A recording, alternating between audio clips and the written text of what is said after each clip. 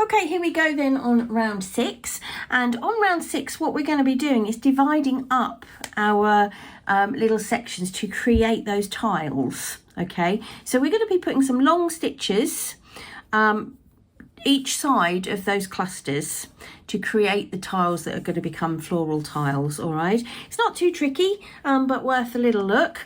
And the first thing I want to talk about is where you start the round. Now if you look, my marker is on the first double crochet of a 3 double crochet group that we made just to the left of the corner stitch from the round before.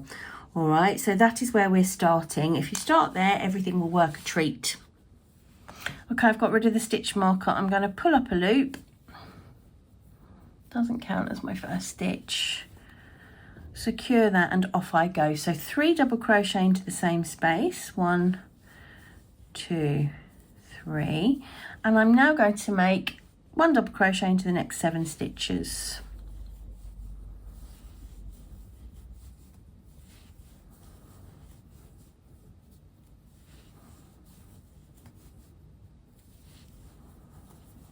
Five, 6 and 7, and at this point this is where we're going to make that long stitch to divide up our tiles. And where I'm going to be aiming is, you can see that little pair of double crochet that we made on the sort of on the leaves round, that's round 4, that little pair of double crochet. The stitch I'm going to aim for is the one that sits below and between them. So if I put my hook behind, you can see there, and that is actually the position that I'm going to want my hook to go in to complete this next stitch. But let's talk it through slowly. So I'm going to wrap the yarn around the hook twice. This is a double treble UK terminology. And I'm going to take the hook, come down to that stitch that I just showed you, so the one that sits below and between that little pair of double crochet on round 4. And I am going to put my hook to the right of that stitch, go through front to back, go behind the stitch, and then come back up from back to front. Then I will finish the stitch off. Now don't pull this too tight. You don't want to sort of drag the edge down. You just want it to sit exactly where it needs to sort of sit naturally. And what you will see is, if I put that down there, that has created a nice straight stitch to divide that little bit up into a tile. Let's do the next bit and you will see a proper division. So I'm just going to pull the work forward a little, because what we're then going to do is skip this stitch, we're going to skip the chain, and we're going to skip the next stitch. All right, so skip this one, skip the chain, skip the next one, and then off we're going to go again with 10 double crochet. Okay, so I'm now back to the position. Let me just double check I've got 10 there. 2, 4, 6. Oh no, one more. I'm now back to the position where I need to make this long stitch again.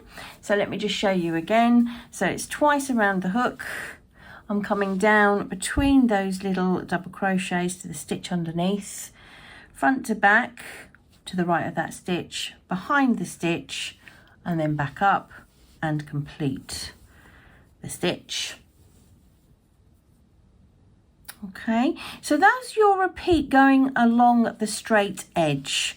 All right, so skipping one stitch, one chain, one stitch, and working a 10 double crochet. That's the repeat. But what happens when we get to the corner? Let me just show you that.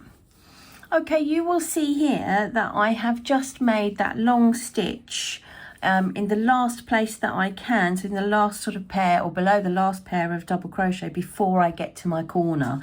So I know that this is where I've got to change things slightly, and I'm going to carry on in the same way in terms of skipping the stitch, the chain, the stitch, and the only difference is that I just have to do slightly fewer double crochet. I will do 8 here instead of 10, and then I will get to my next corner stitch, which is marked.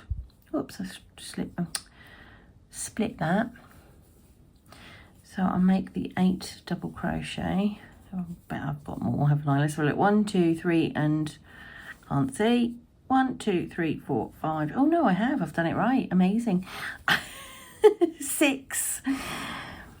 7. I probably shouldn't sound so astonished, should I? Because it's not really instilling confidence. But there we go, 8. So if you look, I'll prove it.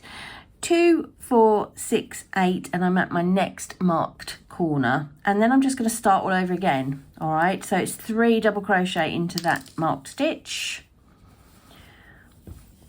1, 2, and 3. And then if you remember right at the beginning, right at the beginning, we started with 7 double crochet, didn't we? So that's it. That's all you do when you get to your corners. You just drop a couple of stitches from your repeat. So hopefully that makes sense. And let's have a look at what it does, those lovely stitches. You can see, oh, I love it. Do you love it? I do. You can see that it has divided up our edges. Yours obviously going to be a lot longer than this. Divided up our edges into those lovely tiles ready for the next part of the border.